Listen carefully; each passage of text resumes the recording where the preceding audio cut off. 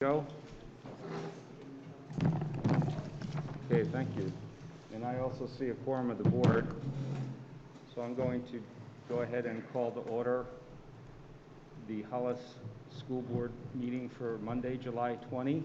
Welcome everyone to the Hollis School Board meeting. We normally meet at 6 p.m. on the first Wednesday of the month, but given the current COVID situation, we find the need to deviate from this process. So you may see other meetings scheduled for this summer that will deviate from the first Wednesday of the month. They will be properly noted and to the public, so we'll try to make sure people are aware of that. Members of the school board are volunteers of the community who have elected to serve up to a 3-year term. Our board consists of 5 members. To transact any legal business of the board, a meeting must be publicly noticed, and a quorum of the board is required consisting a minimum of 3 members. The 5 members are myself, Robert Mann, Chair, Tammy Fareed, Vice Chair, Brooke Arthur is our Board Secretary, Amy Kellner is our Lead Policy Representative, and Carol Roy is our Board Representative to the Hollis Budget Committee. Dawn McMillan is our Recording Secretary. And with that, I'd like to ask for any I will appoint a process observer tonight, and I'd like Amy Kellner, if you be a process observer, please. And I will ask at this time for agenda adjustments. I don't have any. I'm not recommending any. Okay. Any agenda adjustments from the membership? Rob, I would like to propose that anybody who's here to do public input on the reopening plan deliver that public input after the plan has been presented this evening versus taking the time at the front. I feel like once the full plan is produced here tonight, a lot of those questions will be answered, and maybe those questions will change at that point. I'm looking for input from any of the membership on that proposal, supporting or otherwise.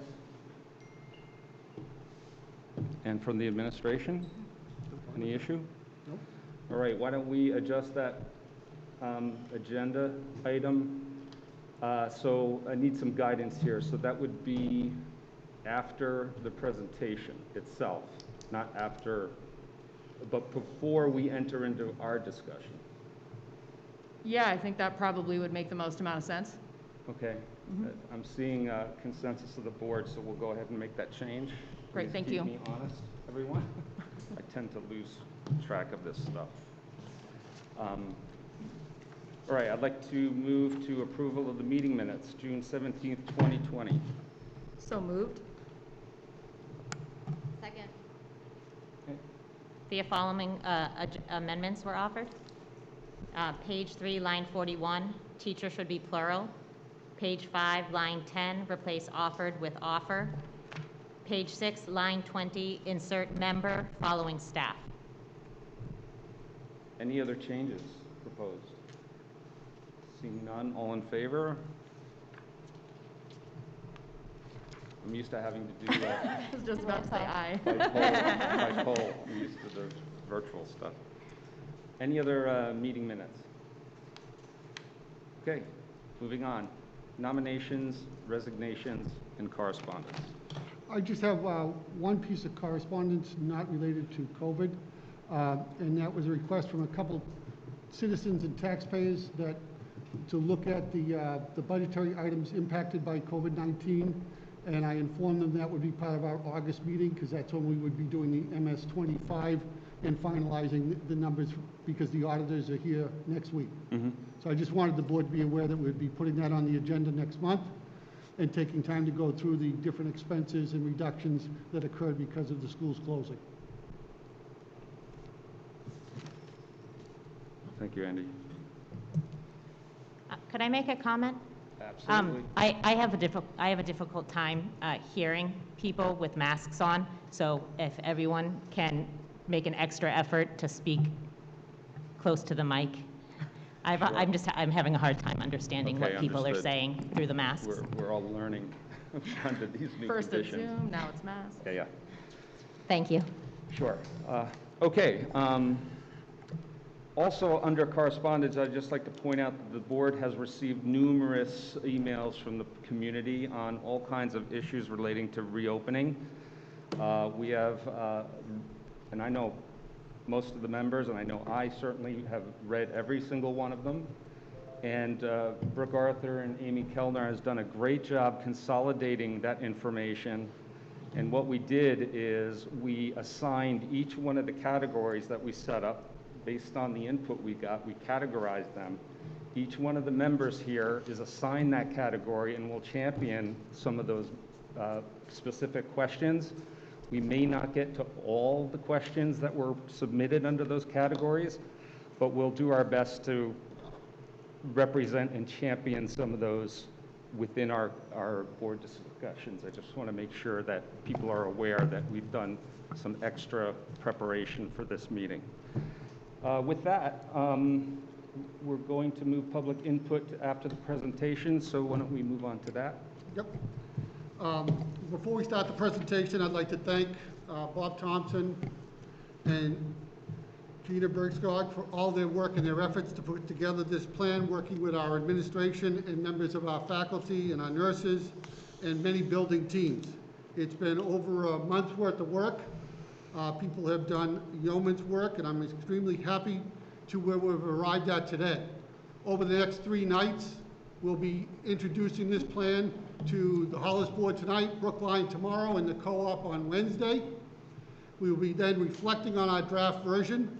Please understand that there's information still coming out from the state.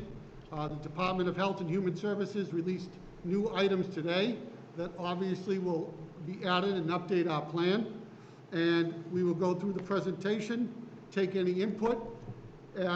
If after tonight you still have questions, please don't hesitate to reach out via email to one of the 3 of us, and we'll get you the answer that you need. And at this time, I'll turn it over to Bob, who I think is starting. Thank you, Superintendent Corey. So tonight we present to the community and to the board the SAU administration's SAU 41 Roadmap to Reopening Our School Buildings. Now, the title here is very intentional when we say reopening our school buildings, because it's important to remember our schools never closed.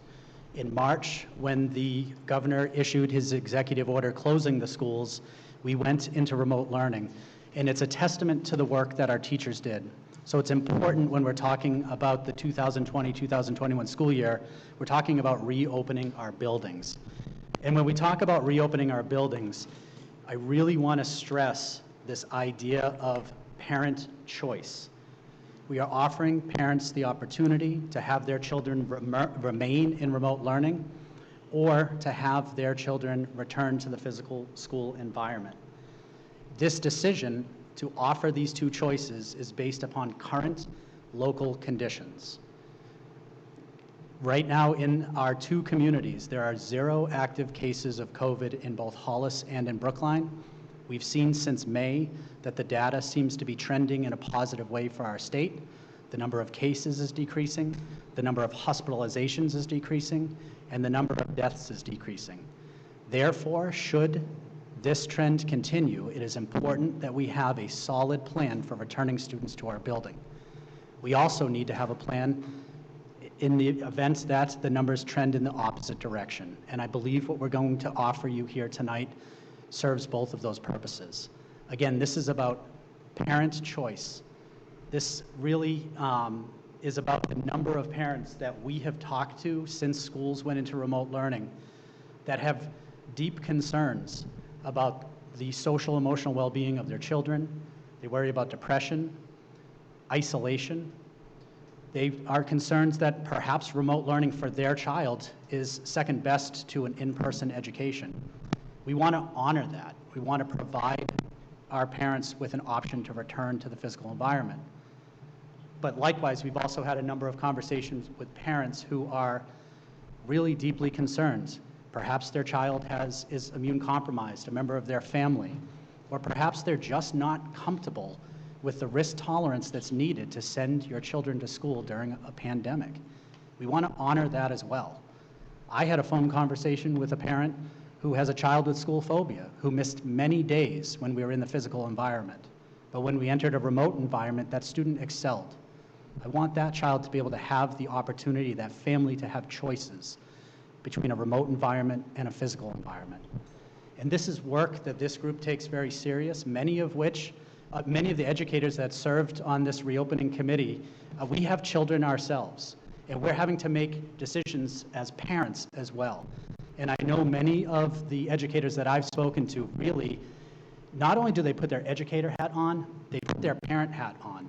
And I believe that the plan that we've developed really is in the best interest of what we would want for our own kids and for the health and safety of the students in both Hollis and Brookline.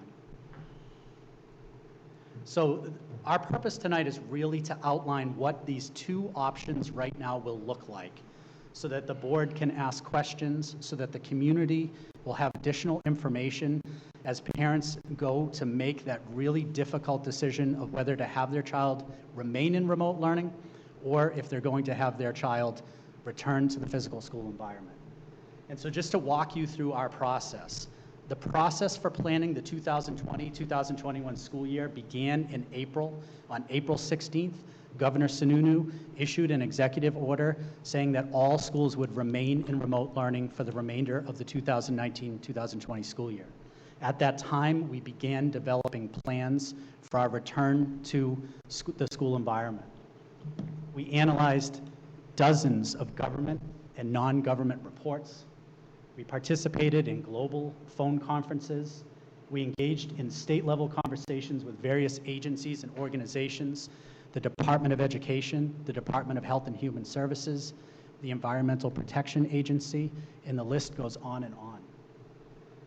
We also, in developing our planning, utilized an incident command model. Those of you who are familiar with emergency management planning understand the important role that ICS, Incident Command Systems, plays when trying to develop streamlined communication and decision-making models. As many of you are aware, emergency management is something that the schools in SAU 41 do really well. We have award-winning schools, and we've taken that existing emergency management model and applied it to the reopening of our schools.